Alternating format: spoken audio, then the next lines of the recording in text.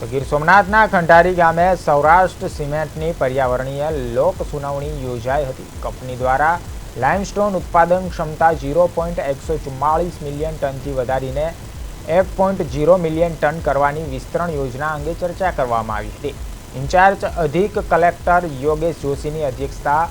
યોજાયેલી સુનાવણીમાં સ્થાનિક ધારાસભ્ય ભગવાન બારડ, પૂર્વ કેબિનેટ મંત્રી જસાભાઈ બારડ અને प्रदेश नेता मानसिंह परमार सहित भाजपा आगेवानो कंपनीना समर्थનમાં बोल्या हता। तो बीजी तरफ भेटाळी गामना सरपंच, उपसरपंच और कांग्रेस तालुका प्रमुख हिरेन बामरोटियाए पर्यावरण पर असर और धूळ प्रदूषण तेमज पाणीना प्रश्नों लईने विरोध नोंधाव्यो हतो। तो लोक सुनावणीना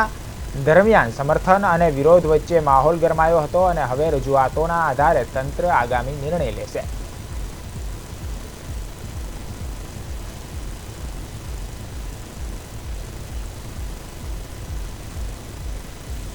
अनुसंधाने जे सौराष्ट्र सीमेंट कंपनी है तेना विस्तारमां आवता गामोना लोकोने बोलाववामां आवेला हता अने लोको द्वारा तेमनी विविध रजूआतो जेम के एनाथी थतुं पोल्यूशन, रोजगारी अने कंपनी द्वारा जे कामगीरी करवामां आवे छे तेना अनुसंधाने वृक्षारोपण अने